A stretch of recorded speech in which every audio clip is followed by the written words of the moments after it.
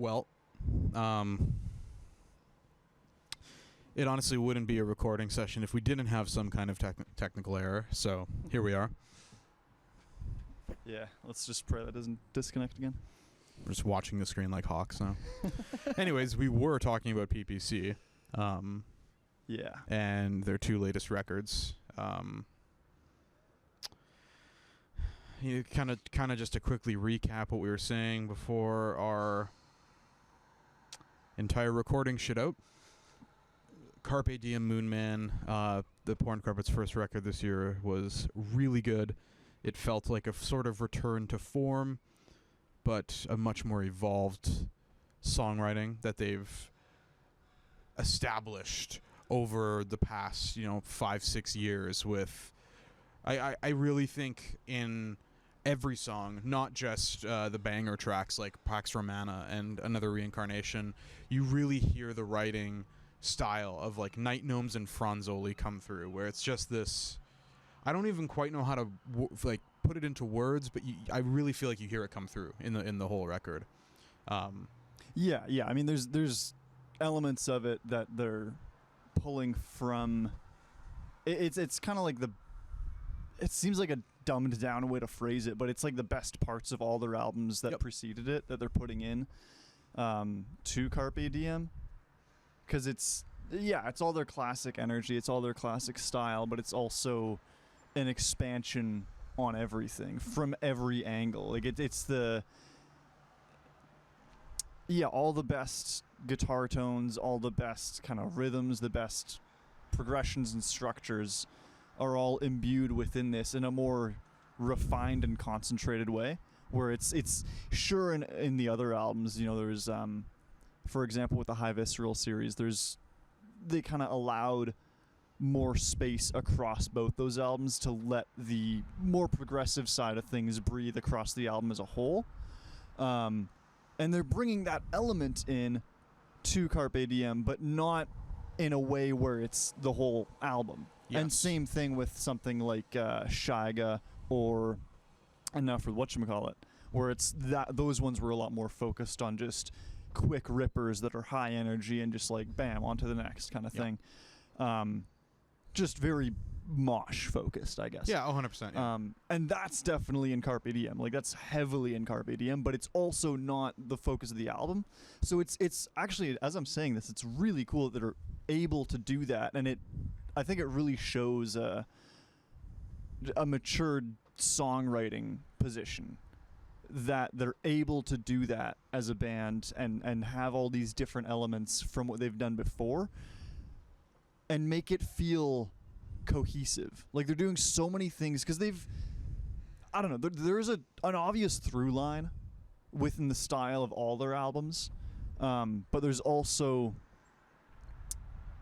ways you could point out that each album is unique in its own way. And like we're just saying here, it's, whether it's a bit more progressive or mosh focused, or whether it's something with the, Franzoli, for instance, was more focused on, I think maybe not more focused, but there was perhaps a bit more concentration and attention put towards the rhythms in that one. Not that you could necessarily say this album was about that or this album was about that, but there's a through line through all these, and there's also things that make each one unique. But then in Carpe Diem Moonman, it's all that together without it feeling scattered. Yeah. It has that through line. It basically takes that through line and expands all that connectivity rather, and puts it into one album and makes that the whole focus. Yeah. It's actually, talking about that too, and bring that up, it makes me think of before KG came out. Do you remember that? And we were talking about, I think it was you that mentioned, it might have been you or Graham that was saying that's, it's like, there was this anticipation about it because of, they're finally putting out a self-titled thing. And it's like, there's going to be this big thing, and it was kind of done in a different way because it was done during COVID. And there was this anticipation or expectation, perhaps, that it was going to be the full encapsulation of what they've done so far and kind of demarcate a pivotal point, or maybe not pivotal, but just I don't know, some kind of very significant milestone within their career. In my opinion, that's not what KG turned out to be. No, definitely not. I would not agree with that. Omnium Gatherum ended up being more of... Yeah. Because honestly, what's interesting about that record particularly as well, there is a turning point after Omnium Gatherum where the records post that have been their best. Like, I know that, Polygon Wonderland and some of their early records are always going to be holding this sort of revered category just because of how excellent they are. But since they've released Gatherum, they've done changes. They released Phantom Island, which I don't think you've listened to yet. I still haven't listened to. I was waiting to, to have an edible and just lay down one night with that album. But then I never got around to it in time, and they took everything off Spotify, and I just honestly haven't made the commitment to go on Bandcamp or YouTube. Like, I'm definitely not going on YouTube for it because I don't want the ads to interrupt the flow. Yeah. And I just haven't made the commitment on other platforms. Like, Spotify is just what I use, and I don't really care to. Yep. I don't know. It's, and we were talking about too before we started this that like, Spotify is. I don't know. Or rather, not Spotify, but King Gizzard. I've just been listening to other stuff anyways. Yep. Like, I always go through these ebbs and flows with that band. And I think because of how much I have and do continue to revere them for so many reasons, both musically and in terms of their kind of just ethos, if you will, like just everything that surrounds the band, the whole origin story, the whole vibe, the whole just like, I don't even know. We could go on that for hours, but I mean, you know what I mean. It's they're one of the premier bands in psych, so it's, I think we can kind of ignore going over that in super depth right now, but for the sake of my point, it's they're always going to hold a high position in my mind for what bands I think are the best out there, and I think they are one of the best bands out there right now. Nevertheless, I go through these ebbs and flows, and this is, I mean, because of this, it's definitely an ebb where I just haven't listened to any King Gizzard in a while, and I mean, yeah, hopefully, I mean, definitely when I'm in about a month when I'm going to be moving, I'll set up my record player, and I've got a few of their vinyls, so it's, we'll get back to it like that, but yeah, I haven't made the effort. So I still haven't listened to Phantom Island. And it is a great album, but, kind of like to my point there, like to wrap up what I was saying, just that record sort of was the demarcation of a new era that we thought that KG was going to be. Yeah, exactly, yeah. And but to tie back to PPC, it sort of feels like Carpe Diem. I mean, honestly, there's probably an argument to be made that even Franzoli was that, like, oh, this band is doing something else now. Like, everything up to Night Gnomes, as much as it sort of strays into, at times, to this category of, like, primarily banger, quote-unquote, songs, where it's songs that can be played at a festival and people can get really hyped to, and I do. Franzoli felt different as well. I remember when we listened to that in the basement of the Last House, and it opens up with Newtmare. Yeah. That was a big, like, holy shit, this is technical. Not that they haven't been technical in the past, but something felt different. And the Moonman and Rodeo this year sort of only further proved that, where this is a different era of the band. Like, their writing is hitting a different caliber now. They're leaning into the ear candy aspects that you got from, like, the original High Visceral series, which I think was really missing in things like, you kind of got it in whatchamacallit. Like, you had things like Desi's Adventure and Fields, Woods, Time. Things like that. Digital Hunger. Like, there's kind of like tracks sprinkled throughout here and there that kind of lean into it. Even in Shy Guy, you have Glitterbug, which I think that song's awesome. And even hats off to the Green Bins. They kind of Greens Bins, whatever it is. It kind of leans into that ear candy aspect where they have like a long drawn out section that is just this sort of trance-like moment. Yeah. All the records had that, but it wasn't up until Moon Man where they're like, oh, they're doing this again. Like, they are letting these structures breathe and these long drawn out progressions go. Like, they're kind of committing more to it. Yeah, and it's not even on like one or two tracks like you would see in their previous records. It's like they're doing it on all the tracks, and even the heavy tracks. Like Pax Romana, even though it is a very, very, heavy, hard-hitting track, they still lean into like ear candy aspects a good amount in that song, and like do these. I don't really know what the word I'm looking for is, but they're doing it again on every song, and it's not limited, and it just feels good to get records like that from them again, because it's been, since we've been listening to them, we haven't been around for a release that is like that. Yeah. When did we start listening to them? I feel like it was 2019, like mid 2018. I remember I was shown Dependent on Mary in late 2018, which would have been in between High Visceral 2 and whatchamacallit. That is, wow. I forgot how far back that goes. Because, now that you mentioned that too, and I'm thinking about it more, I do recall even my playlist, Some Tunes, the ultimate neo-psych compendium. The dumping ground. It's not a dumping ground. It's an archive. But I found when I was first building that playlist, the first like handful of months when I didn't have as much of a bank of my own knowledge to go through, or a lot of the time when I'm going through and adding songs to that now, it's through albums that I get recommended through Spotify, or it's or someone like you recommends me something, or the third option is usually if there's a band that I already like but I've only listened to one album, and it's like, oh, I'm gonna go listen to this other one now and kind of bring more into the playlist that way. But when I was first building it, I didn't have that, so I was really just going off of other psych playlists, and frankly, so far as I've been able to tell, very few psych playlists on Spotify that I've ever found get really deep into all these like super just more obscure niches and pockets of the psych world.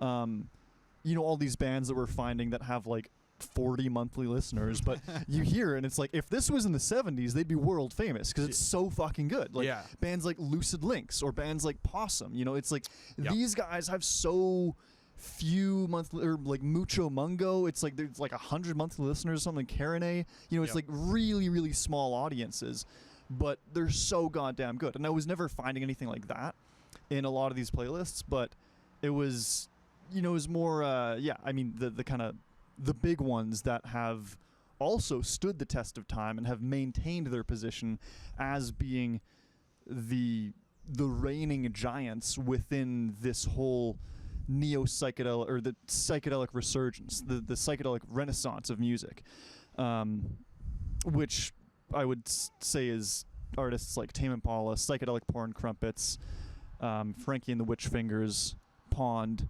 MGMT.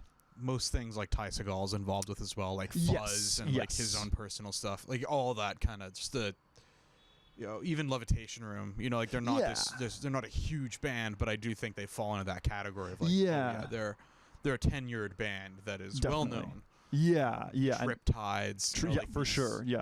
There's a lot that's a good thing to mention too on that note, is like even artists that aren't of the same I guess commercial caliber. I know I take that back. I don't want to use the word commercial there, but they haven't just reached the peaks of success. They haven't hit the same. That kind of wider appeal in terms of that, but because in the way that bands like Tame Impala or Psychedelic Porn Crumpets or Frankie and the Witch Fingers have, but nevertheless, bands that you're talking about here like Levitation Room and Triptides, there's still those guys, and then Ty Segall, everything he's involved with. A lot of these folks have they have so many connections. It's this whole net that they're involved with in the LA psych scene, and that has just grown and grown and grown in this organic way, where even if they're not headlining festivals, they're still big names. Yep, 100%. And they're still the artists that are comprising the bulk of those playlists that I was sifting through in 2018 when I was building some tunes at first. Morgan Delt, Wand, like these, sort of like, it's weird to say, but like classic psychedelic Renaissance bands. It's weird to toss that word in front, but they fall into that category. Yeah, definitely. And now I know what you mean by lots of bands. There's sort of this like new. I hate to use the word new wave because it's an actual genre, but there's another wave of psych bands sort of coming out nowadays, and a lot of those bands I find don't make the playlists. Even things like Floral Image. Like, oh my god, I've listened Gone so Down much in Meadowland is insane. Like that record is fucking awesome. That's been my main rotation. Yeah, like it's up there for me as well. It's probably in like over the past year, like one of the top 10 records I've listened to. It's incredible. It's great. You just don't see these bands come up in these playlists, and it's a shame just because you can hear all the influence of these giants from within the psych scene in all of them. You know, like Hypnotic Floor, that band I just showed you. I will never remember the record name, so I'm going to have to pull it up. It's one of those hilariously long ones. The friendly moss forest creatures lived happily in perpetual twilight. Yeah, like what the fuck? By Hypnotic Floor. That record, it's so good. As when we were listening to the car, it's like, this is Giz. Like, you can very much hear the Giz influence, but very direct. Wow, is it good? Yeah. It's good. Yeah. It's real good. It's one of those instances where an artist is able to wear their influences on their sleeves so just so apparently, so unashamedly. Yeah. But still pull it off in a way that doesn't feel like they're just ripping off the band that they're most influenced by. Yes. And I think that indicates, to me at least, again, a matured songwriting position where, like, someone, I wouldn't be surprised if those guys in Hypnotic Floor, or at least one of them, is, has been working on music and has been writing their own stuff for 5, 6, 10 years at this point, to be able to do that and kind of put this all together in a way that it, again, doesn't feel like it's ripping it off, but it feels like its own unique thing. And honestly, I think that's, I feel like I see that a lot in psych. Yep. And I'm not sure how much of that, I think there's two main elements that go into why that is, and how people are able to do that within psych, and it's so common. I think one of the things, the first thing I think, is that there's, I guess, very few of those giant role models, if you will. Like the big ones, like, it's I've mentioned it before, but in the way that there wasn't a single band in the world in the 70s that wasn't in some way influenced by the Beatles. Yeah. In the same way, there's no psychedelic band now at all that isn't influenced by Tame Impala. Yes, especially Inner Speaker. Especially and it's interesting, like, on that note, you hear of all these Australian, like, in so many interviews, you hear these people talk about specifically seeing them live. Yeah. I think, what was it, the interview, was it with Stu or Jack? It was one of the two where they said they saw Tame Impala at a festival and everyone went out and bought a fuzz pedal the next day because it was like, oh shit. Yeah. You can make this kind of stuff again. Yeah. Like I think it was Jack. I'm pretty sure it was Jack. I remember both of the interviews, and they both said something very, very similar. I forget which one it was, but one of them was saying everyone went home and bought a fuzz pedal, and the other one said everyone went home and started a band. Yeah. And it's like, it's just, it was so intense, the experience. I can't imagine what that would have been like, seeing them at that point. Especially when he was on, like, save some early MGMT stuff, and like obviously there's some stuff sprinkled about here and there. Like, you can really make the argument for like Radiohead sort of carrying the torch for quite a while there as well, even though people really tend to lump them into the alt category. Like, they get real psychedelic at times. They do. And so there's kind of these acts sprinkled about here and there, like the Smashing Pumpkins did a little bit, like Caius, Queens of the Stone Age a little bit dabbled too, but there was never, at least to my knowledge, a band that was so willing to lean into that sound until Inner Speaker came around, and it was. I can't imagine being in that position at that time, like hearing that at a festival. Yeah. It was probably the same kind of effect to when we went to Desert Days in 2019, or even before that, Folk Fest, and we saw Alton Goon. It was like, oh shit, what the fuck is this? Like this is nuts. I've never heard anything like this before. Yeah. Dude, that's so funny. I was just talking with Avery about that like a few days ago, because I was showing her some of their songs, and fucking, it's so hilarious to me that they were at Winnipeg Folk Fest. It's a weird place for them to have played. Yeah, I know, it's so weird. And because we walked up to that, I think it was you, me, and Graham and Dayton. And Dayton was telling us, I've been listening to them, like I've been getting ready for this, like they're really good. And I'm like, all right, Turkish band, interesting. It's and like, then the dude walks out with a Baglama and just starts ripping. Yeah, and like I have no idea what his pedal board consisted of, but it was just insane. Like it's just the kinds of sounds that I couldn't even begin to hypothesize how you're putting that together. And it's so tight. Yep. Like the percussion of it was so locked in and just like intertwining along all the rest of the instruments in a way that felt so cohesive and so well representing their studio stuff, but also with that extra energy that comes uniquely from a live performance. Yep.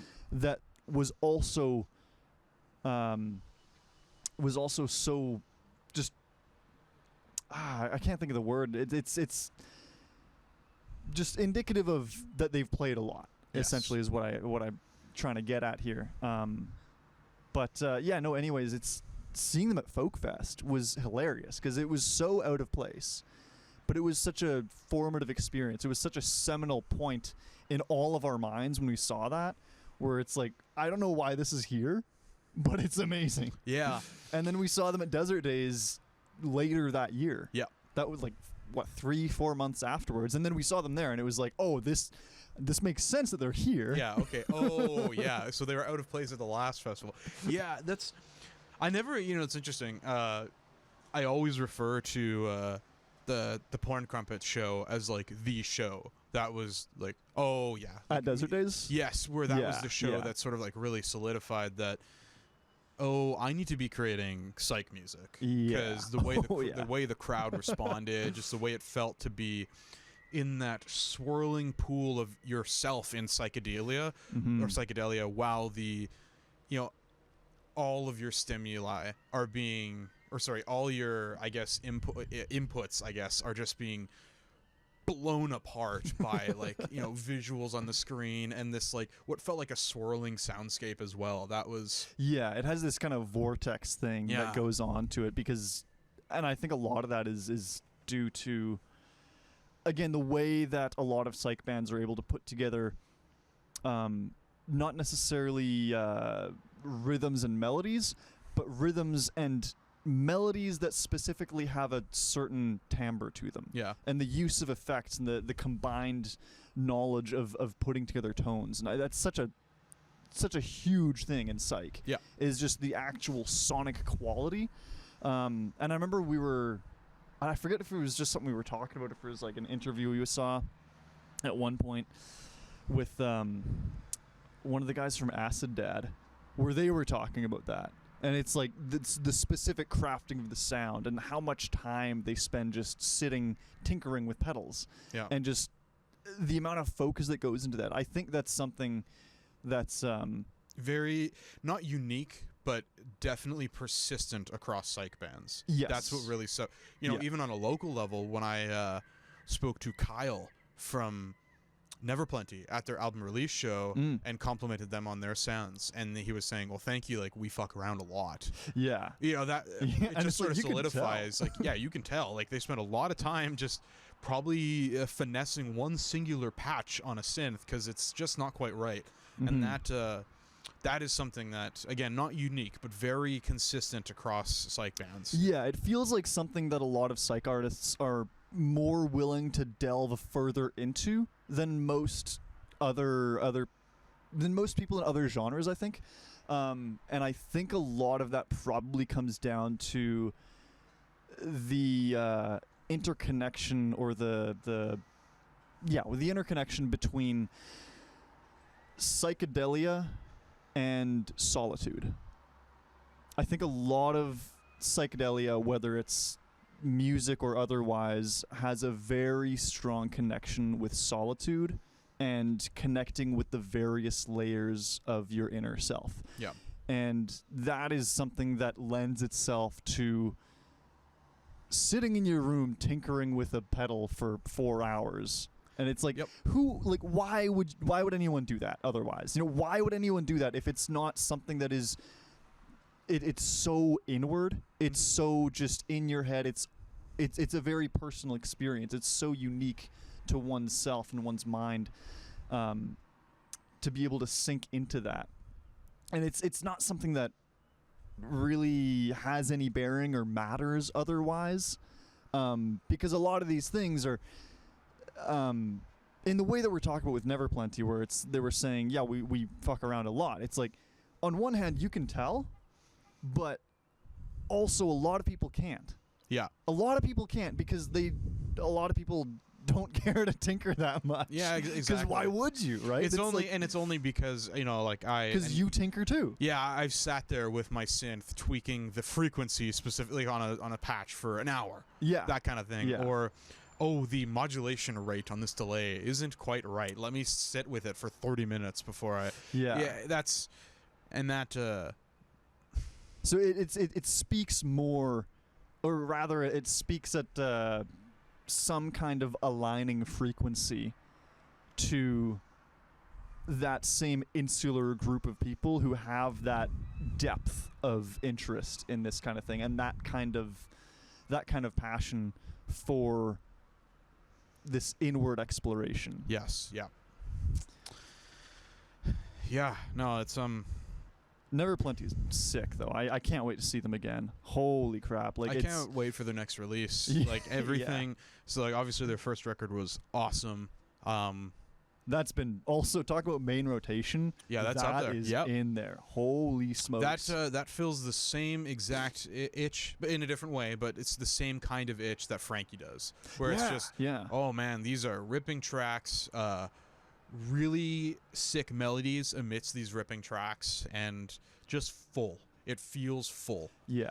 And it's funny because I also think they're sort of, at least from what I've heard in their live show, sort of set to go in a trajectory that's akin to PPC, the most recent records, where it feels like their next record is going to be very expansive and leaning into ear candy. It's like some of their songs we've heard live, of like Aqueduct and Tesseract. Those are very clearly songs that are prog-like inspired, we'll say. Like it's very yeah. They're not.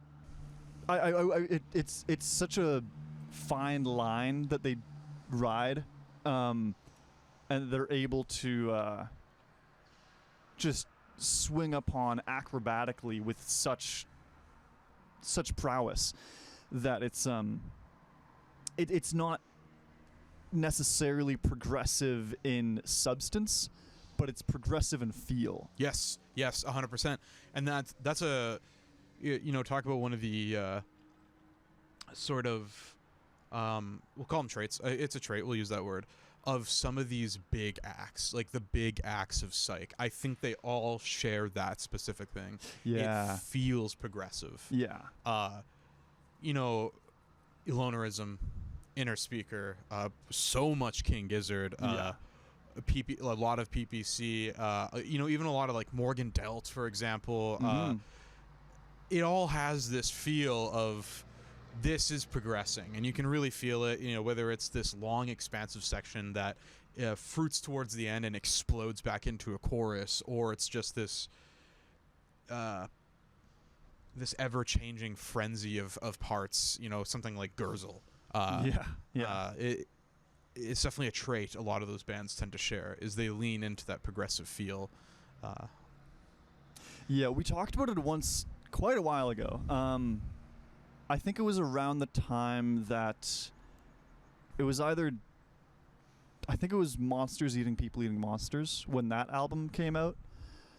We were talking about this this trend of a lot of psych bands just getting more proggy. Mm-hmm.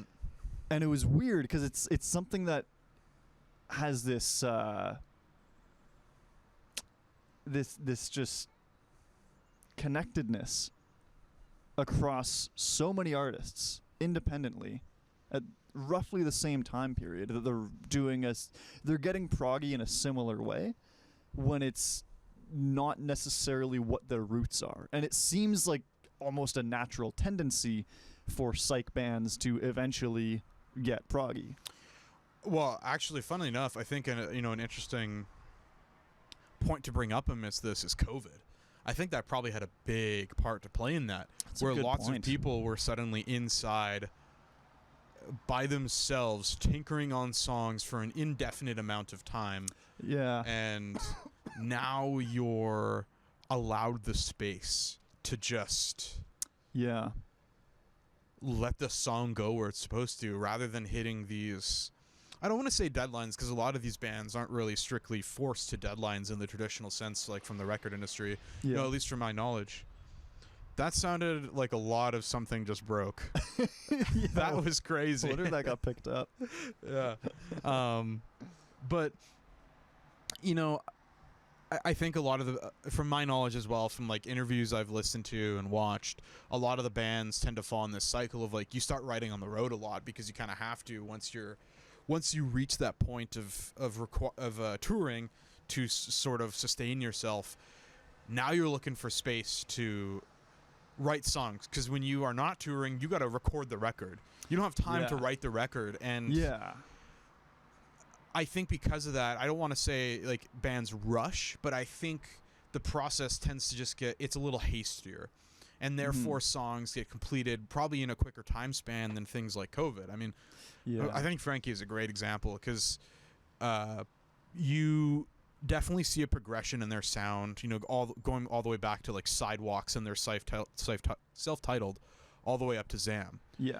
And then Monsters Eating People also does feel like a natural progression, but then Data Doom is... that was monstrous. Wow. That's like one of the biggest changes I've seen or heard in a band's sound. Yeah. For the better. Tame Impala. We'll get to that. One of the biggest changes. And a lot of that has to do with, obviously, Nick joining the band, because I think suddenly... I think they were capable of doing wilder shit, because he is maybe one of the best drummers I've seen play live. He's nuts. Yeah. He's, in terms of just talent and capability of drumming, I think he's right up alongside what I feel is like the greats within the category of drummers in the neo-psych world. Yeah. Guys like obviously Michael Kavanagh, Jay and Kev, like both of them for sure, both of them, and then who else am I thinking of here? I mean, I think Danny Caddy. Danny. They're all different though, in a sense too, because for sure, I think looking at Jay and Kevin aside, because I think those two are specifically just exceptional, well-rounded drummers. Michael, like Cavs, is just very strong when it comes to endurance, speed, and he has gotten more technical over the years. But what's interesting with Danny is he is just precise. Yeah, everything feels very calculated. Yes, with Danny, and it sort of feels like Nick can tap into all of that in a little. Like he has that the endurance. Yeah, to play these just ripping songs, things like Futurophobic or I'm trying to think of like other like really upbeat songs of theirs. Some of their newer stuff, I didn't get to see them last time, but like I can imagine on things like TV Baby, things like that. Like they're ripping, and he has that endurance. But then the precise technicality of things like oh, what am I thinking of? Like Miles Davis. Yeah. That kind of song. Yeah. Or even Doom Boom. Is that the song on Data Doom? I think it's called that. I don't remember. Political cannibalism, like that song as well. Yeah. It feels very precise. Yeah. It's and a lot of this too. You gotta kind of.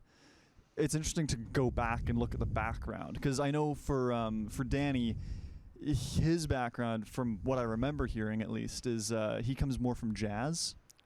I think you're right on that. I also think his school, because I know he teaches drums. I think it's primarily like jazz-focused drumming. That's right. And a lot of that. I mean, there's a handful of drummers in the psych world now that come from a jazz background, and it's not one of those things that you can pick up on, but it's one of those things that when you find out, it's like, oh, okay, that's it. It clicks, and a lot of that comes down to, people learning rudiments and so forth, and it's just that finer technical control, the articulation of every stroke of the drum is, I don't know, it's the concept of classical training, or being classically trained, has a very specific impact on drumming, I think, relative to other instruments, and a lot of that results in extremely high precision. So I think, with Danny, it's like precision is a huge thing, but then also the world he's gotten into now with the band he's in is like, it's putting all that together, and it's been getting him to combine all these different aspects and take the knowledge he's gained from all his years of drumming prior and put it into this new context. And that's what makes PPC's sound one of the things that makes it so unique and so just awesome. Yeah. Is really his drumming. But again, going back, it's like looking at the backgrounds. There's that, and then with Cavs, I know he's talked about not having any kind of training, any kind of formal training at all, and that for a long time he just ignored rudiments. He ignored a lot of that kind of more finer technical stuff, and you can tell listening back to their like early kind of mid-range stuff through like all the way from the early stuff up through into like, I guess, shortly after the 2017 run. Yeah, because you can still kind of hear it in a lot of their 2017 run as well. It's almost like he's brute forcing his way through a lot of the things going on there. And it works so well. Like but a lot of it is like, most of his fills are just 16th rolls. Yep. And it's like, and it works. It works so well, and I don't even get how, because like when other people do that all the time, it's like, well, you're just doing the same thing all the time. But when he does it, I don't know. The context of the band, I think, really matters there as well, because they're all playing off each other so well, and there's so many of them that they're able to do that. It just gels so nicely, and they don't need to all be doing this crazy technical stuff. Yep. And again, that was, I think, part of the allure to like their earlier music, was just this, I don't want to say non-technicality, but there's something about it where it feels very achievable in a certain sense. Like when you're listening to a lot of their early stuff, it's like, like I don't want to sit on this side and say like, I can write Polygon Wonderland, but it feels, again, just more achievable. Like it's a sort of sound and complexity that one can achieve within a band they create. Yeah. And then it really feels like they all sort of learnt the rudiments of their respective instruments and like these basic concepts, so to speak. Mm-hmm. And again, you can tell. Yeah, you can in their last like 5-6 records, it's been crazy. Yeah, I mean, Petrodragonic Apocalypse, and I don't know the full title, but that is so ridiculously technical. Like I don't even comprehend probably half of how technical it actually is. And I mean, granted, I also haven't listened to that one like a ton. I've listened to it a good amount, but in terms of their kind of more modern era, like we were talking about before, I don't know if it was in the recording that got cut off there, but they had that kind of not halfway point, but like a big milestone around the release of Omnium Gatherum. Yep. And to everything after that and including that, has a much more concise feel to it. Yep. And that's really, really shown and demonstrated well within Petro Dragonic Apocalypse. And again, the percussion side of things is so huge in that. Honestly, even on Field of Vision, like you hear that preciseness and just narrowed in scope as well in Field of Vision, where it matured. It's just matured across the board, like everything, like lyrically, harmonically. Like they're hitting like a whole new kind of high in terms of harmonies on that record. Like they really knocked that record out of the park when it came to like, vocal harmonies. Yeah. I can't wait for you to listen to Phantom Island as well. Yeah, I don't know. But it is amazing how much the background of even just one member of a band can influence the sound and the trajectory of the band, especially when it's not something that is not something that you would expect to gel within the context stylistically of what that band actually is. Yeah. And I guess with Calves and King Gizzard, that's a little bit different because that feels more in line with what it is and has been becoming. Because as far as I know, I don't think any of those guys in that band were ever like technically formally trained. I could be wrong on that, but maybe Ambrose. I feel like there's a good chance Ambrose took some lessons for. I don't know why Ambrose specifically, but he feels like the one that would have taken some kind of lesson. I could see it.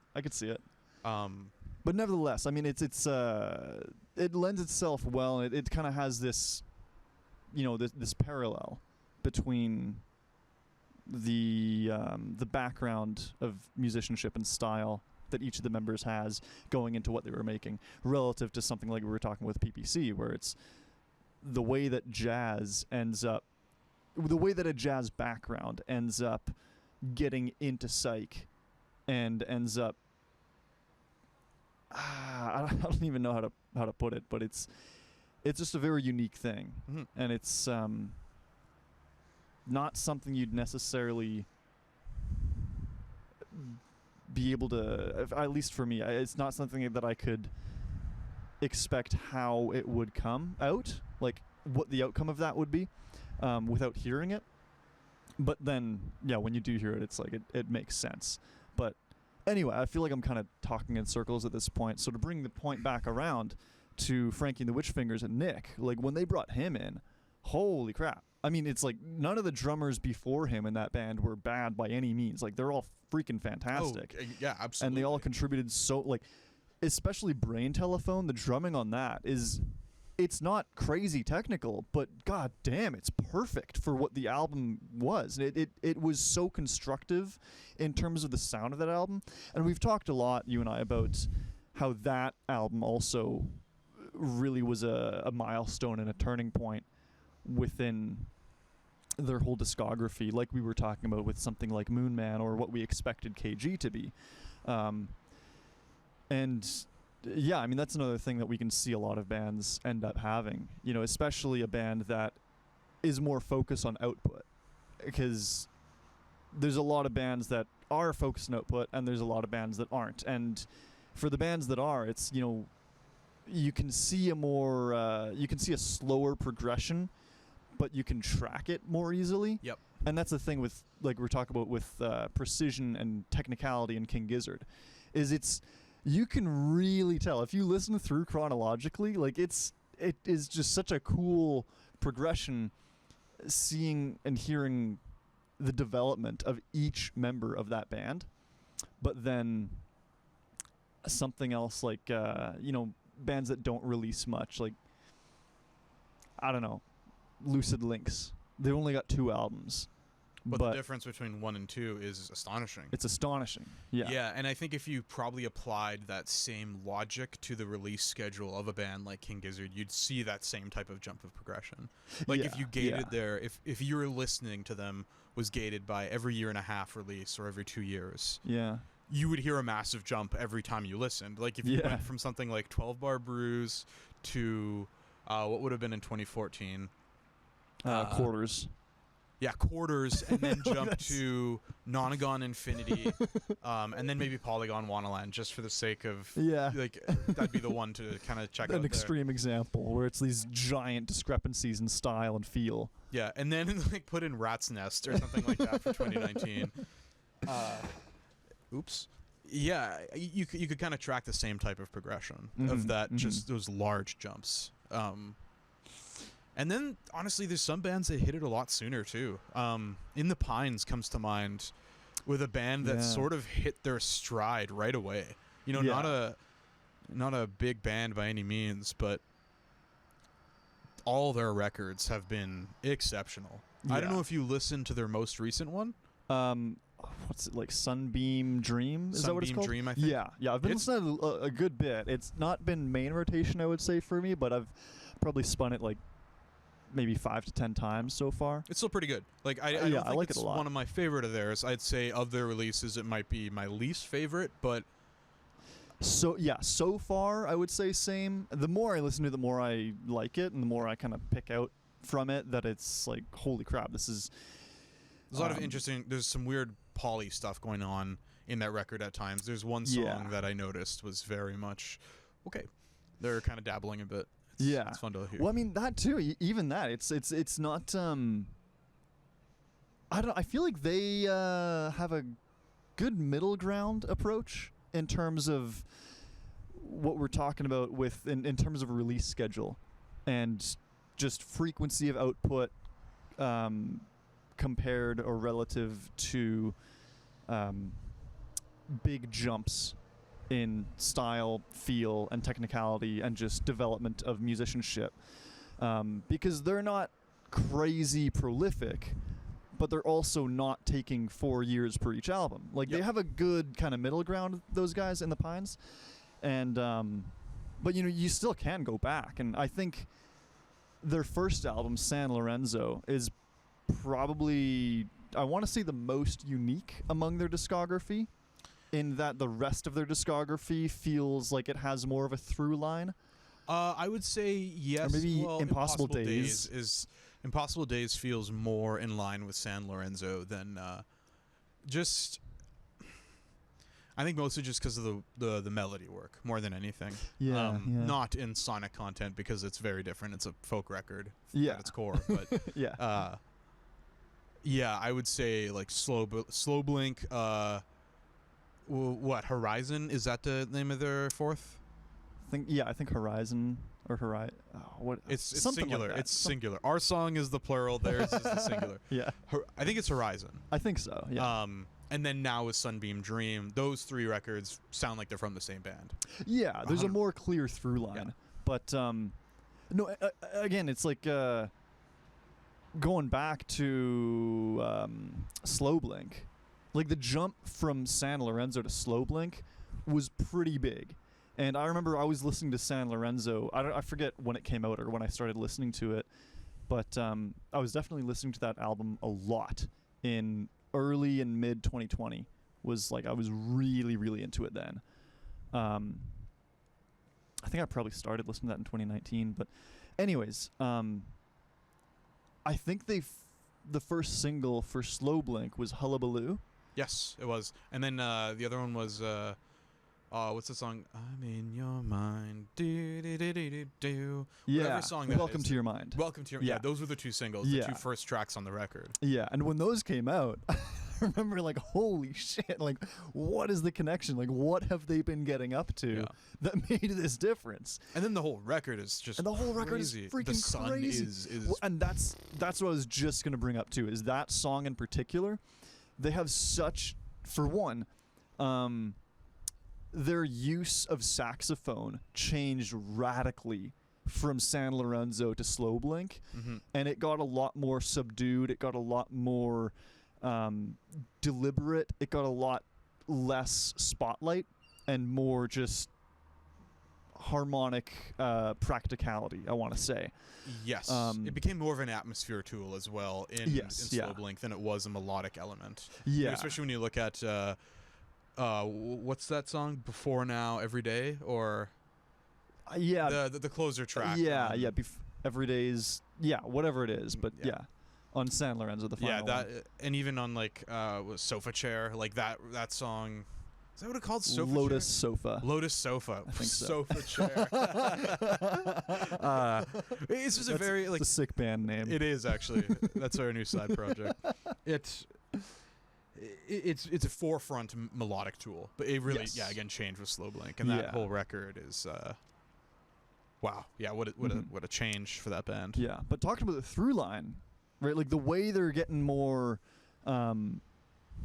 polymetric and polyrhythmic, and the kind of focus they're putting into rhythm, and how that serves as the fundamental undercurrent of the whole band's style, especially on their latest album here, Sunbeam Dream, feels fresh and novel.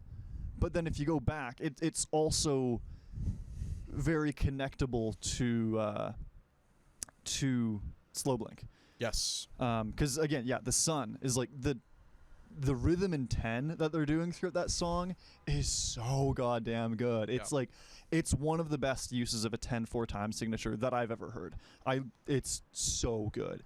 And yeah, the way that they implement the saxophone into that is, I mean, the way they implement everything into that song, into that rhythm specifically, there's nothing that is the absolute focus. Yep. And that's such, again, a good marker of matured songwriting, is because there's no lead person, there's no lead instrument. It's just all coming together very fluidly. It's all, nobody's trying to swing their weight around. There's clearly no battling internally in the band among what role every person or any given person is playing. It's just all together. It doesn't even feel like a band in that sense, because it's so tightly gelled. Yeah, they're a unique one. They really are a unique one. It's a shame they don't have more of a following, because they deserve it. They're do. very talented. Yeah, In the Pines is crazy. I hope one day to get to see them live. Same here. It feels like we'd have to travel to Ohio to see them, just because they don't really. Because they're based out of Cincinnati, right? Yes, I think so. Which, Like, I what a remember horrible that. place to be based out of. The highway of the United States. Oh God. It's true. There's nothing there. Yeah, and like, what's even if you are there, like, for them, what's their tour path? I don't know what kind of tours they've done before. I haven't actually tracked that, but like, I'm so curious now that I'm thinking about it. What do you do? Where do you start? Where do you go? Where do you like? I'm gonna be honest. I don't even know where the fuck Ohio is in relation to other states. Isn't it? I think it's in the Rust Belt. That's the only thing I know, and that's just a buzzword that I know. I don't even actually. I feel like it's, from what I remember geographically, I think it's like right in the fucking center of the country. Yeah, I think Somewhere it's around there. Oh yeah, I gotta zoom out. Wait. Okay. We're gonna look at this. So you have. Oh yeah, that's rough. So you could do The like mic right up Milwaukee. to- You could do Milwaukee. Oh yeah. Um, They got a good psych fest. They do. You have like you could go to Kentucky. Yeah, so I guess you could do that. Honestly, it's shit. It's actually just really shit. Yeah, like geographically, how do you plan a tour from there? That's so rough. I feel like you would just have to play these really small towns. I mean, like, in theory, you could go to Asheville, which I know there's a decent psych scene in Asheville. I've heard a lot of people say that. Yeah. Yeah. But still, it's like these are all, like, all these things you're mentioning are totally good spots to play shows, and you're probably going to get good reception as a band like In the Pines. But that's just one-off places. It's like, like you're not you really gotta, tapping into the larger. It's Yeah. like being based in Winnipeg, where you you just Yeah. can't really hit the hot spots with ease. Yeah. Like, you kind of gotta really commit to driving to New York in the case of Ohio, Yeah. or the other way, which is much worse. Yeah. Yeah. You gotta go east or west. There's Yep. not a whole lot. There's unfortunately a very big gap for most of the country geographically. You Yep. gotta basically pick a coast and tour it, but it's I don't know, and that probably has an interesting interplay in terms of their writing process and the timeline of the writing process, and how much time they spend on that, and kind of the tinkering and the processing of it, relative to touring. Because like we were talking about before, it often becomes imperative for a lot of artists to write while on the road, because when you're not on the road, that's when you have to be recording. You have a very short window to sort of get ready for the next tour, so to speak. Yeah, because a lot of psych bands, like, it's inherently a niche category of music, which means to make much of it, you gotta basically tour as much as you possibly can. Yeah. Because that's the only way you're going to make any kind of money. That's the only way you're going to sustain yourself as a band and not just be some recording project, which is fine. But if you want to, if you want your project to be more center point within your life, which a lot of people do, then and you got to maybe tour. that's what In the Pines is doing as well. Maybe they do treat it as more of a, because I feel like it wouldn't be that difficult for them to break into these larger markets if they tried. They definitely fit the profile of a band that could sort of garner that following. Definitely. But maybe they just don't want to, which is fair. Yeah, it could be that. Could be.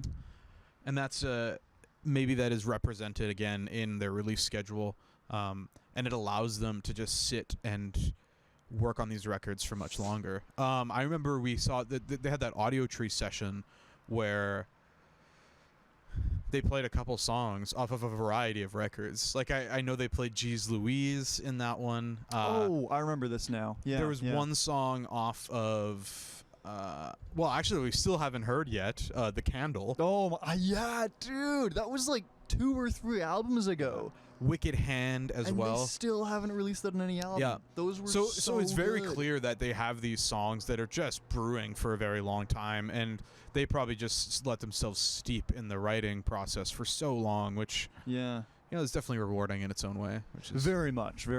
That also calls to my mind a live recording, a live set that you and I watched one time of a Holy Wave back from, I don't know what year it was, but they were playing a really early version of Buddhist Pete. Oh, yeah, and it was very different. It was very different. It was like 6 years before Interloper or something. It was crazy early, and it's like, you're sitting on that for so long. It's like one of their best songs, and they just is too, yeah, it's crazy. And it makes you wonder, like, how much of that is going on, especially when you recall the that interplay between, or I keep using the word interplay, but just the connectivity between psychedelia and solitude. And I got to imagine that a lot of artists that are entrenched in the world of psychedelic music a lot of these people probably have a huge vault, so to speak, of recordings and songs that they are sitting on for 6 years at a time. I mean, you hear it in a lot of bands too. You actually, funny enough, like, you browse the King. I keep on just hitting this thing against the wall.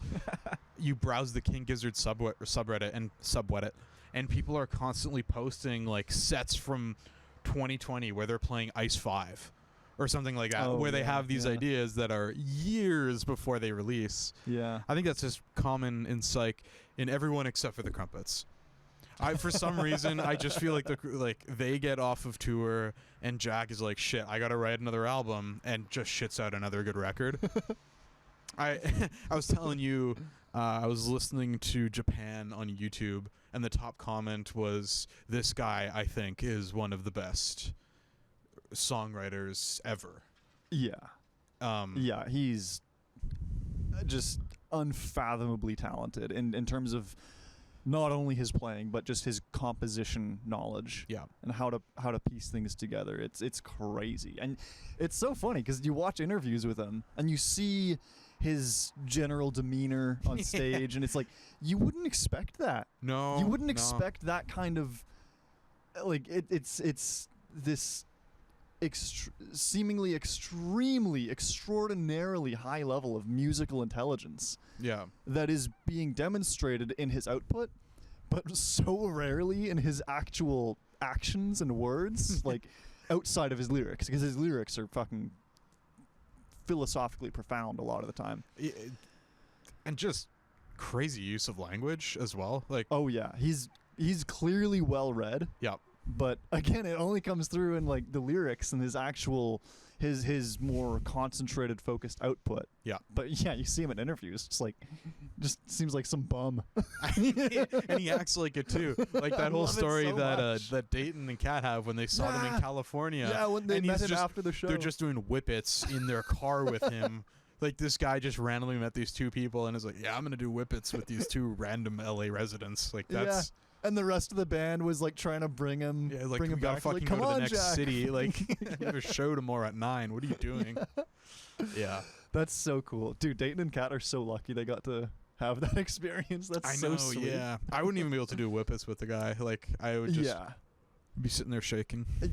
Honestly. Yeah. Yeah. Sort of loop it back though.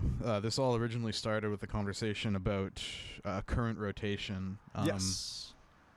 Another thing, I briefly mentioned them as well, but Grocery Bag has been pretty high up in my rotation recently. Funny enough, I mentioned them to you. They opened for PPC like a couple nights ago in Yeah. California. Yeah, I remember you mentioned that, yeah. Really good band. Just crazy. really good I garage. still haven't checked them out yet. Man. They're worth it. I They're gotta- really worth it. Yeah, I gotta get on that. Other than that, I've actually been listening to a good amount of Dead Kennedys recently as well. Really? Yeah, Wow. kind of out of Interesting. nowhere. Yeah, where's that coming from? I heard Holiday for Cambodia on the radio at work like a month ago. Okay. Remember the Dead Kennedys. For some reason, started thinking a lot about Jello Biafra and like his whole connection with Giz there. And then I'm like, Oh, actually- yeah. I'm going to listen to this band. And I just started listening to them. They're pretty cool. They got a lot of anti-establishment and just radical lyrics. Their name kind of implies that, Yeah. but It's such a good name, It too. That is. is like such a fantastic band name. it's so brilliant. It's all these mysterious accidents. Eaten by a shark while in the Andes. Yeah, other than that, Post Animals' new record has been... Iron. Yep, I really like it. Dude, It's- I keep forgetting about that. I listened to it a couple times shortly after it came out, and I really liked it, but it's not something that it's not something that stuck with me in a way that I'm coming back to it. I don't know. I've been digging it a lot. There's a couple of songs in there I just really love. Pie in the Sky is awesome. Yeah, that one I remember being one of my favorites from there. Oh, It's a Good Life. That's awesome too. That one is really good. Yeah, so that record. Also, Nuclear Watermelon by the Miracle Seeds has been in my rotation quite a bit as well. That is. It's a shame they changed their name, but that's a great record. Yeah. Really good follow-up. I didn't really know how they were going to follow up Inca Missiles. I know, yeah. Just because it's one of those debuts that's like, wow, that's it. They're never achieving that again. It's like every once in a while you come across a band that you find from like years ago, and you find out they broke up shortly after putting out an album or something like that, and they only put out one record ever, but it's just freaking phenomenal. Yeah. And it's like, I could see that being the case with Inca Missiles, and I wouldn't even be upset. Yep. Because it's like, that just stands on its own so well. It's kind of like Lord Dodongo's Creatures. Yep. It's like that. I don't know what they were doing, but they got together, that band, they put that album or EP, it's only like 30 minutes, so I don't know what you call it, and it's, 4 songs only, but Yep. it's it stands on its own so well that I would have loved if they had stayed together and put out more music, but it's so goddamn good that it's just I'm okay with it being a one-off, and I would have been okay with Inca Missiles being a one-off, but the fact that that guy kept going and put out this new album, Nuclear Watermelon, and it's so good. It's good. It's a great follow-up. It's sort of everything I would have wanted from a follow-up. It's a polished sound. Yeah. It is way cleaner. Yeah. Yeah. Which would probably be my only complaint about Inca Missiles, is at times it gets pretty dense in a not great way, I would say. But yeah, it's fine. The songs are still incredible, but a lot of that was fixed with this record, and it's just a really good record. Yeah, bands and like not being able to follow up. Mighty Orchid King. I wonder if they're ever gonna be able to follow that up. Yeah, dude. Yeah, I mean it's a volume 1, so Yeah, there's gotta be something coming down the pipe at some point. I don't even know how you follow that up. Honestly, that's Yeah, that's crazy. this is- What's the full title of it? Pandemonium Awakes. There's some other thing to it. Mycelium something Volume 1. Yeah. Hold Yeah. on, we can pull it up here.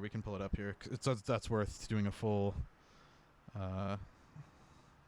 Yeah, I gotta get the title out there because that's whole Mycelium Music Volume 1, Pandemonium Awakes. That's it. Yeah, Mycelium Music. Yeah. Great record. Yeah. Hopefully he releases another one. I wouldn't be surprised if they don't. Yeah, I wouldn't be surprised and I wouldn't be upset. But I'm really hoping for more from that band, and I don't care how long it takes. Yeah. It's like that came out in what? 2022? No, 2021. We would have 2022, because we were still living in East Van. Yeah. Yeah. 20. Yeah, That was I like remember like fall 2022. Yeah. I think that released. Because you stumbled across their first album, The Doctrine of Infinite Kindness. Yep. Probably only a few months before Pandemonium came out, right? Yeah, I think they had one single. I think "Bail Me Out" was released as a single, and that was it. And Yeah. then, then they just dropped the record. And Yeah, that is a behemoth of an album. that's one of those records where I don't even really know how you write that. Yeah.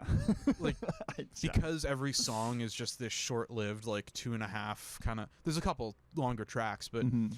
how do you? It's so together. Like it's I mean, it's a perfect flowing album. Like it flows front to back. yeah. How do you? That's a weird one to conceptualize. I can kind of understand it when songs are a bit longer. Like Nonagon makes sense to me how they made it. Yeah. It's like you have these songs. Okay, let's connect the front and back of them. But when the songs themselves are only like 2.5 minutes, sometimes a minute and a half. It's like, how do you even? Yeah, it almost feels like to do that kind of thing. The only way that I can imagine doing that, and maybe that band had a totally different approach that I'm completely unaware of, but the only way I could imagine doing that is to have been putting together not like a demo, not necessarily demos of songs, but a demo of an album for like years in advance and just like constantly workshopping and conceptualizing this. And it was probably a lot of mental work as well, where you're not even writing music all the time, but you're just writing in your head, trying to figure out what this is going to be as a full piece. And because there's aren't there like almost 20 songs on that? Or 20 tracks? And like maybe it's, it was one song as well. And that's exactly it. Like it might have been 'cause conceptualized as that at first. it starts from the Mycelium Man. That's when it really starts to flow back and forth. Like the song's like, I found the Mycelium Right. Man. And then it starts to flow. Right, yeah. Maybe yeah. it was a 30-minute song. He was like, oh shit, I gotta chop this up. Yeah, he starts going through his Ableton file, like where it makes sense to just make Yeah. a break. And What's a word in here that I can use as the title? Yeah. yeah, that album is crazy. I haven't been listening to that enough, but it's That's a hard one to listen to. That's one I really have to feel like I have to sit down and like. I mean, yeah, it It's- demands a lot of attention. yeah, 100%. It's hard to casually listen to just because of how much it changes. Like it's hard to. It's not a casual listen album. It is very Yeah, much a sit far down from and it. like. I am processing everything going on. Kind of listen. Mm-hmm. Mm-hmm. Speaking of follow-ups, or not really follow-ups, but just new releases, I saw Ulrika Spacek is releasing another record. Ooh, I hey. think early next year, or maybe even late this year. Wow, they're out of Austin, right? No, they're out of like England and Germany. Oh, they're like I'm a way weird off. like, Okay. yeah, a whole continent. You know, just a little ocean between those two There's a small spots. ocean between the two of them. I think I mostly associate them with seeing their name on a lot of bills for festivals in Austin. Yeah. I think is where that comes from for I me. mean, they fit the Austin sound. I think that's Oh, what's, yeah. they're very. They have that depressive quality. Oh yeah, yeah. The sulk your head down and Yeah. Like I wouldn't be surprised if they've done multiple tours with Holy Wave. I think they have. At the very least, one of their most recent tours, they had Holy Wave on it. Yeah. Yeah, that's a good band. Did you ever listen to Compact Trauma by them? Only a couple times. Yeah, I never got really into it. I mean, I on my own at least. I remember when you were really, really into it and you were playing it a lot at the house and just driving around. I was hearing it a lot, kind of secondhand through that, but yeah, never a ton on my own. I don't know why. They're a bit of a weird one because they fall into the kraut category, but in a very particular way. Like it's not Yeah, the traditional kraut sound. I would. They fall into kraut the same way Paralymph does, where it's like only loosely it's like tangentially related to kraut, and like they Yeah. borrow from it, but they're not like a typical kraut band. It has essence of kraut. Yeah. But it isn't kraut. Yeah. It's and same thing with no, I was gonna say same thing with Prague, but Paralymph is definitely Prague. oh yeah, 100%. There's no hello. I was gonna say that same thing where it's like it has the essence of it, but it isn't fully No, that. But they it are definitely a definitely progressive is, yeah. band. On immediate second thought, it definitely is. Oh yeah. I recently actually listened to the first time. Oh shit! What's their most recent record called? Something Progression Imaginaire. Right. Yeah. I recently re-listened to that for the first time in a while, and I forgot how good that record was. Holy, it's fantastic. It's phenomenal. yeah. The song Un instant ou deux. It's towards the Yeah. end. I thought, that's the one they did the radio edit for, right? Yeah. Yeah. And I remember when the album version played. Oh. Yeah, Okay. it's like I don't care about the radio Yeah. version at all. It's perfect. They're really talented with rhythm. Yeah. Have you listened to much the project that Fabien is in there as well? Wait, Weite, No, because that's got the Nick DeSalvo from Elder, and then one of the guys from Cadaver as well, right? yes, yeah, And Cadaver put out a recent album, yeah, Kids. Kids Abandoning Destiny Among Vanity and Ruin, How the fuck did you remember that? because it's a acronym. I know it's an acronym, but how did you remember the acronym? I don't know. It's good. I don't know if you've listened to it, but actually, I both haven't yet. Cadaver records this year have been really good. I've not been keeping up with Cadaver as much as I should be. You should listen to both of those. Yeah. It's weird because I don't really know if anything's going to hit the same high that Isolation Tapes did with them, because that's such a good record. Yeah. But they're both fantastic. I recently listened to their, I guess, self-titled, Yeah. the one you just mentioned there, Kids Abandoning, what is it? Kids Abandoning Destiny Among Vanity and Ruin. That's a really good title. It is. I like it a lot. I wonder if that's... No. I was going to say, I wonder if that's what their band name actually is, and they just have been running with Cadaver this whole time, but probably not. It's probably just a... I recommend listening to it.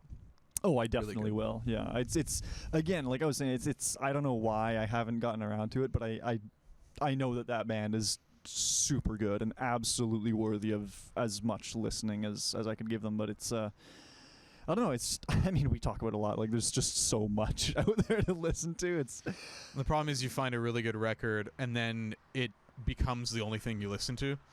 Like this Citrus record. Well, by the way, which we should talk about again, because that was definitely cut from the conversation. yeah. I'm going to pull it up because I also don't remember the name of the record. I think it's In the Belly of the Eternal Draw. Yeah, you were right. In the Belly of the Eternal Draw by Citrus.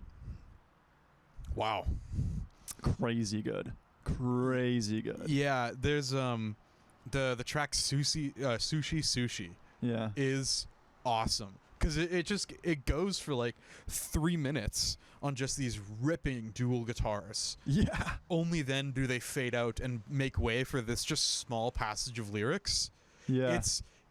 It's sort of kraut done in like its purest way, like that I've heard in a while, where it's just Totally. like consistent beat, guitars are ripping, Mhm. drop out for like a handful of bars, right back into the whole thing. Yeah, and I wasn't able to count as I was listening to it, but it's has a weird slight extension of the bar.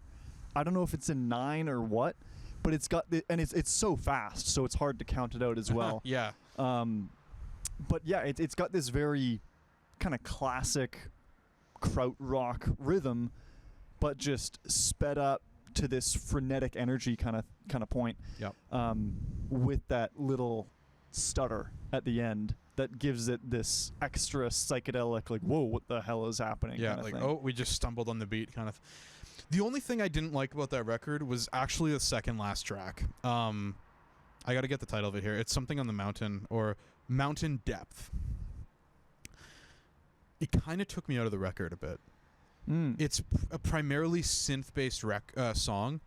It felt misplaced. Not that it didn't belong on the record, but that it just felt like maybe it should have come earlier. I think because from sushi onwards, everything flows so incredibly well. Yeah. They have a really good pacing of the whole album in terms of, the balance between that more frenetic, high energy, kind of just ripping rhythms thing to the slower, melodic, mellow, heady kind of songs. They have a really good interplay between that and the pacing across the whole album, where it's, again, you can get the sense that it's they put a lot of forethought into track listing. Yep. You do hear that a lot on their first record too. It does feel very intentional where the tracks are. I think that's just something they do. Yeah, other than that though, rotation wise, I kind of think that's all that's been in there. Like, it's Chris's big recommendations for the year. Big recommendations for the year. Yeah, that's what this is. We're not going to get more till next year, so. No, we actually have to change that this time. Especially because, like you said, it's more intentional now, and it's yeah, I'm actually saving things as we speak right now, because there's new things in my. Oh, you know what we actually have listened to that we haven't discussed yet? Dark Daisy. Oh God, The Dissolving Door. Holy shit, that record man. is nuts. Yeah. Holy fuck, I love that one. That's been main rotation for me. I just saw it in my jump back in section here, and I just remembered how good that record is. Gross Hypnosis. Yeah, the closing track. Yeah, it's like what, 7 or 8 minutes. Oh. It's nuts, dude. It's oh my god, so good. They get into that. There's a section midway through that song where it is one of the most Giz things I've heard, except for Hypnotic Floor, where it feels very laminated denim-esque. Yeah, totally. It sounds like it's right from that track, but it's so good, and the way they do like the double time on the drums at one point there, like as the guitar, like the do do do do do, and the drums kind of pick up and change the whole feel of it. Yeah, it's super Gizzy, but again, not in a way that feels ripping off at all. Like, it's very unique. It's very just considered and coming from a pure place. Yeah. But still very clearly wearing the influences on their sleeve. They, on their Spotify profile, they each have a playlist, all members of the band, that is like their big inspires. For Dark Daisy? Yeah, and only one of them has Giz in it. Like, wow. It's a very interesting, varied. You should check it out. There's some interesting stuff going on in there. Like, there's one of the members has like a good amount of there's some Turkish songs I saw in there. There was like some Erkin Koray. Oh, I love Erkin Koray. Yeah. Yeah, that record's sick. Pulse is another good song on there. Oh yeah. Yeah. It again, speaking of just changing the drum rhythm to change the way a section feels, there's something they do there in the middle of the song roughly where they have this guitar throughout the whole song. There's this guitar part that's kind of doing like guitar and bass that are doing like dun dun dun dun boo doo doo, and then they speed it up and it becomes this like super almost like disco-y kind of like feeling section, and it works so well. It works really well. That band on that album, those guys are really, really well practiced, it seems, at kind of just merging between genres and styles, Yep. while all keeping it, again, very cohesive and just gelled together. 100%. Yeah. And I think a lot of that probably comes down to another thing we were talking about earlier, of just tinkering and crafting tones, because there's that certain kind of chicken scratch guitar disco thing in the rhythm that's very present in sections like that you're talking about, that might feel out of place if the actual tonality of the instrument was too different Yeah. from the preceding or following section of the song. But they're just crafting it in such a way that it melds together really nicely, and it never feels like a jarring transition, but it does feel it keeps you on your toes, I guess. It's like catches you off guard in a very pleasant way that doesn't feel abrupt. Yeah, and the whole record does that. The whole record does it's that, yeah. Great. Especially, I forget the title of it. It's like the second or third song, but it has Enemy? a very... I think so, yeah. It's like most of the song is... Is that the one? It switches between 3/4 and 4/4. Yes. And it has a lot of tempo changes as well, especially in the 3/4 section when they go back down to that, because it's the 4 section is a lot more... it's a lot more big and bombastic, but then it goes down to the 3 section. It's just this kind of breathing, swelling, fluent thing that just has this swaying motion to it. But then as they progress through the song and they go back and forth between these two parts and sections, they gradually augment the characteristics that comprise each of those sections to, for one, bring them closer together in a more gelled way, and secondarily have more of a climactic finality at the end, especially when they speed up the 3 section in the last bit of the song. It hits so hard. There's very a lot talented. of build up to it. Where do you think they're from? Oh, I have no idea. I know the answer. I'm just curious where you think it is. Let me think here. I want to say like somewhere in Europe. I don't know where though.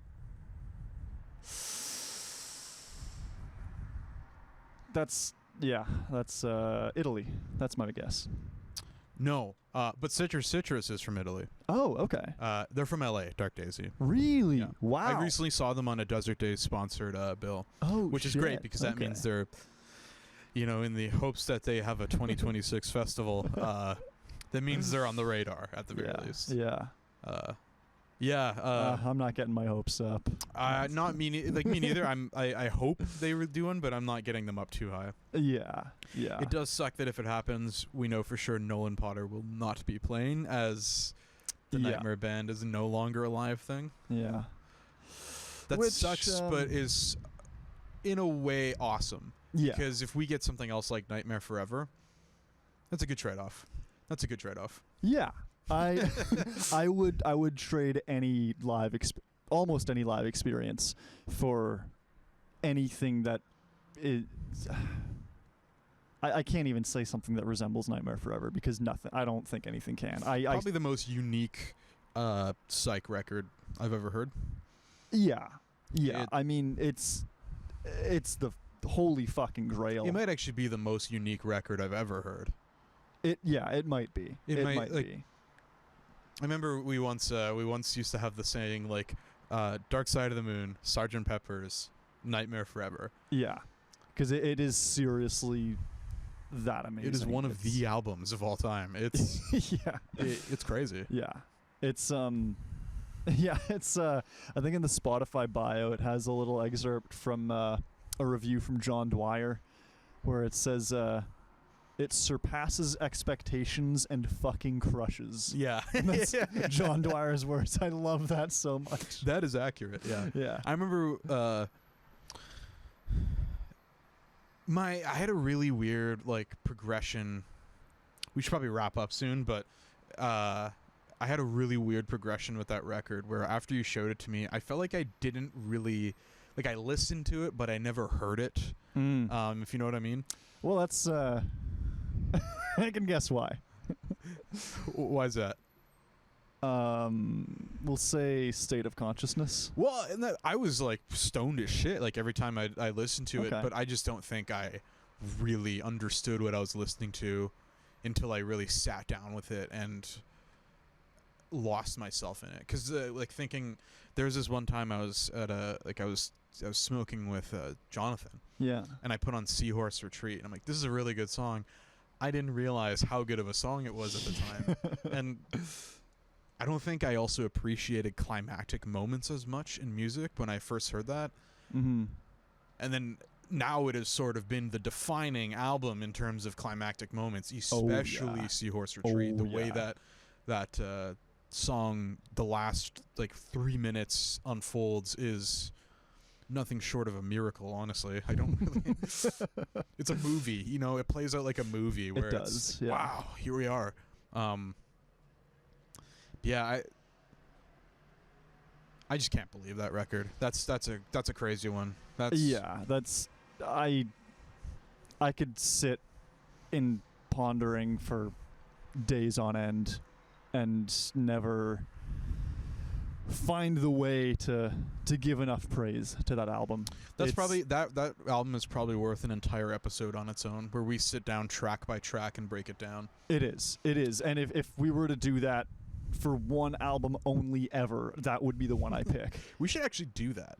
Yeah. That should be like a subsection of this that we do, and that would actually allow us to record episodes more frequently in a way as well, because we don't have to have like as much to talk about in terms of new listening, and like we could just pick an album, listen to it, write notes on it, and just have bullet points so we can have points that are more specific and clearly defined, but also still have that kind of organic flow of how things come about in conversation where it's not scripted per se. Yeah, exactly. We should do that. That'd be good. Actually, that'll be the next episode everyone hears is an album review. Maybe we start with something that isn't Nightmare Forever, actually. Maybe we do like Inner Speaker. Maybe that'd be a good place to start, actually. Or like like some OG like High Visceral stuff, or some like old King Giz or something like that. Yeah, starting at the start.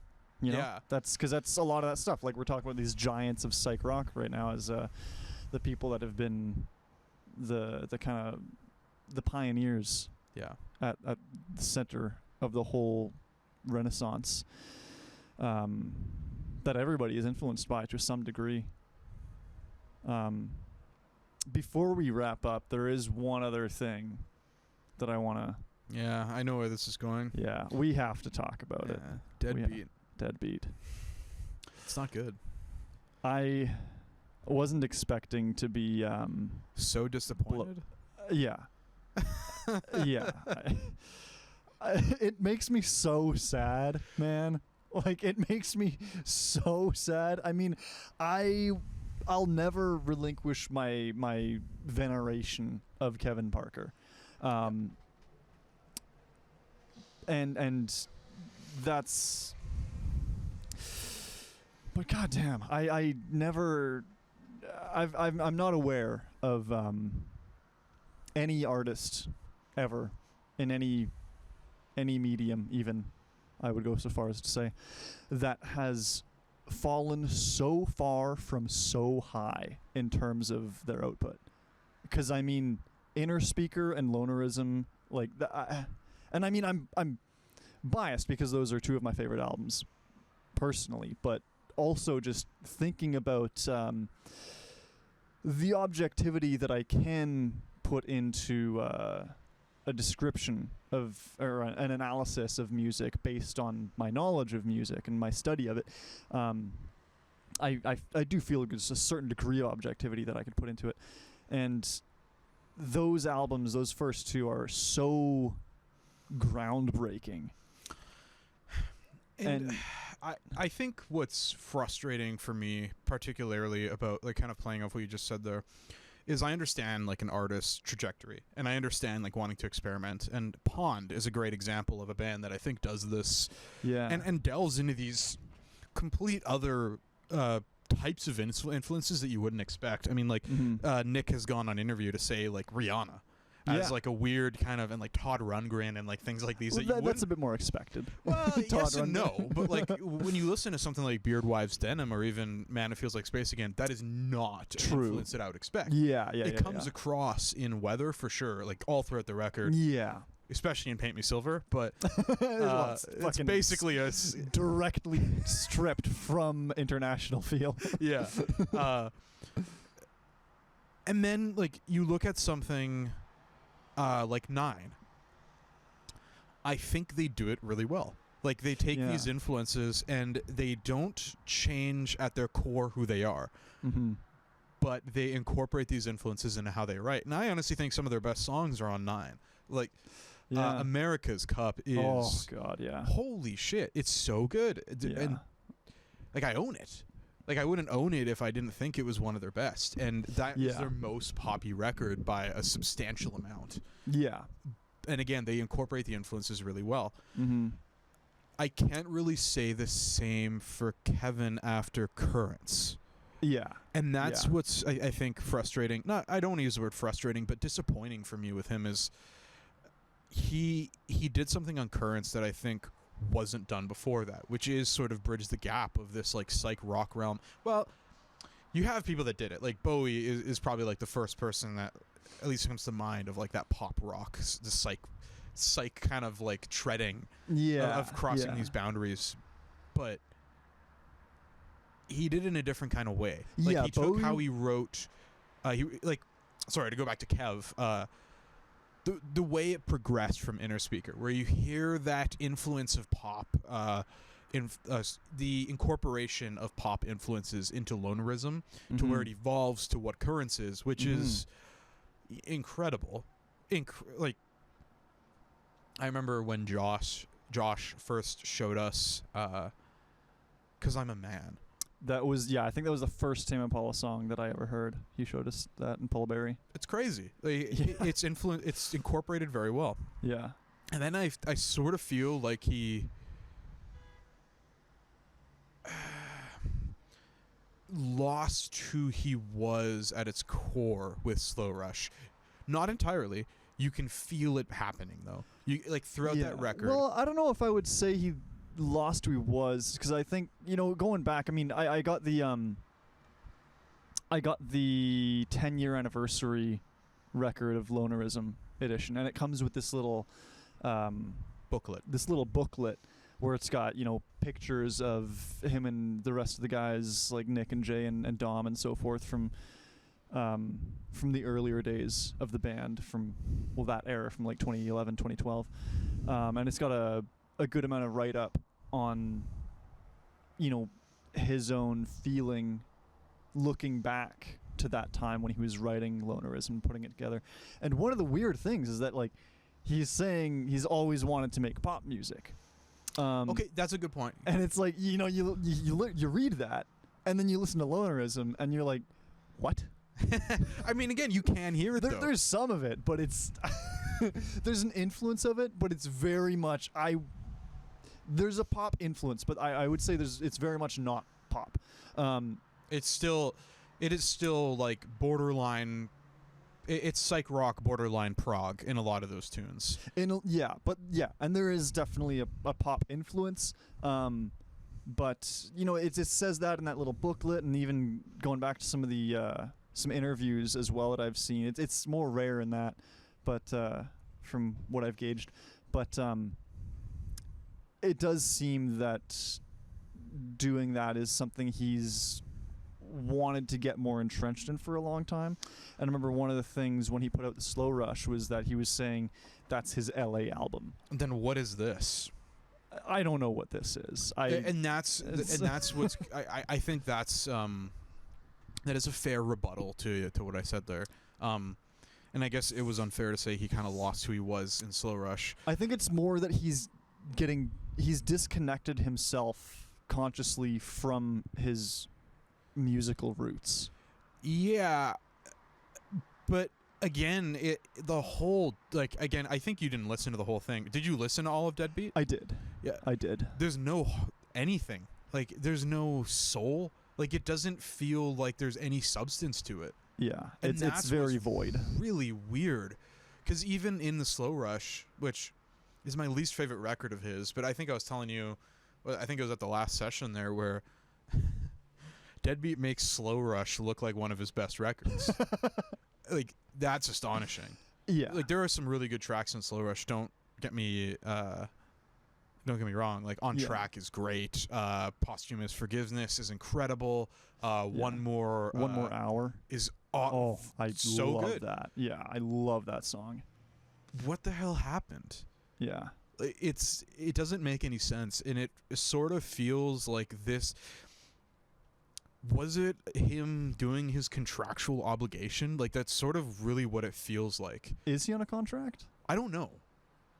I don't think so, but that's what it feels like. Yeah.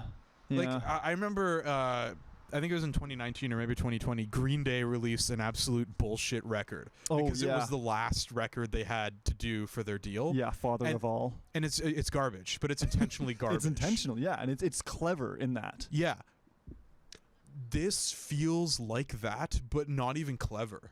Yeah. Like, it's just it's devoid. It's honestly like some default beats that I'd hear in, like, remember when we were fucking around with FL Studio, like, back in the day? Like, a lot of the beats feel like something that we would have programmed back then. And or it's also some shit that I'd hear in, like, any generic DJ. I mean, that latter point I would say, yeah, but to the former point of, like, beats that you'd work with in like early days of putting together music from samples without instruments, I would say even that is different from a lot of what's on Deadbeat, because I have been I've had this consistent point in my mind that is a huge nuisance that I have with a lot of music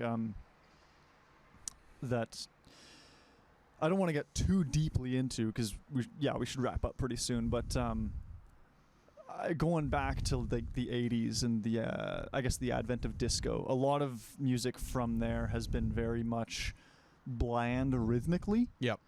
And yeah, a lot of the things that you'll hear on the radio nowadays, a lot of things are kind of marketed towards easy listening, and a lot of what that has to do, when you analyze it on a level of the three pillars of music, is plain rhythms. Yeah. Is like, that's, I think it's complexity in harmony and complexity in melody is more widely appealing than complexity in rhythm. 100%, yeah.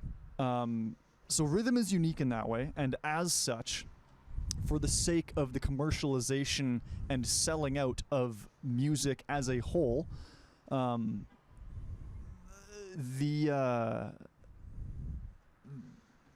have what I've been dubbing in my own mind the kick snare drone.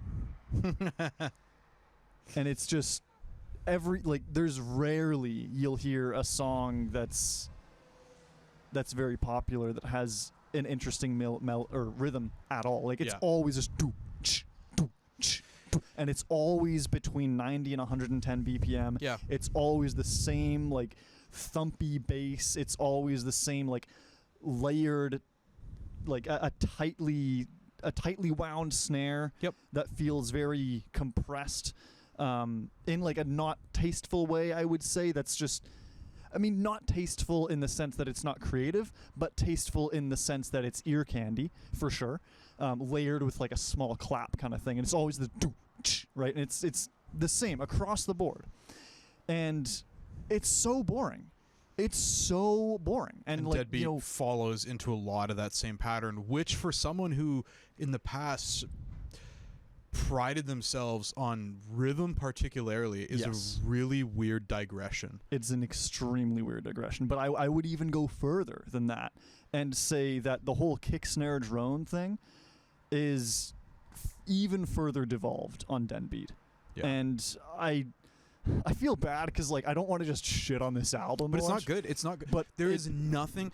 Like I said earlier, before we were even outside here recording, Dracula is the only song that has in any way stuck with me from that record, and it's just because Same. it's got a catchy chorus. Yeah. It is a really good chorus, I will say. Like all things considered, but Mhm. there is not a single thing that stands out to me on that record besides that, and that is also very non-typical of Kevin. Very non-typical. Usually Yeah, there's yeah. at least something, like we just talked about with Slow Rush, even though it's not my Yeah. most favorite record. I remember Posthumous Forgiveness being like, okay, this Yeah, is a good one. for On sure. track, really awesome, and one more hour as well. And there's a couple things, in between there as well. Lost that in kind of, Yesterday. I also really like. some really good songs. Honestly, Yeah. even though it was one of the singles, Borderline was still pretty sick. I really liked the The early single version of it before the album. Yeah, that one. Yeah. But I don't know, man. Deadbeat is just It's- really weird, and Yeah. Well, it further devolves. It's not even a kick snare drone. It's just a kick drone. it is it's straight up club music. It's and that's, exactly. That's yeah. what's again. I don't know who he's making music for. It really just does feel like some sort of weird obligation where it's like, well, I told everyone I'd release a record in less time, Yeah. which it fucking wasn't. Yeah. He didn't do that anyways. Yeah. It's almost like that time hit where it took longer. He's like, oh shit, I have to make something. Yeah.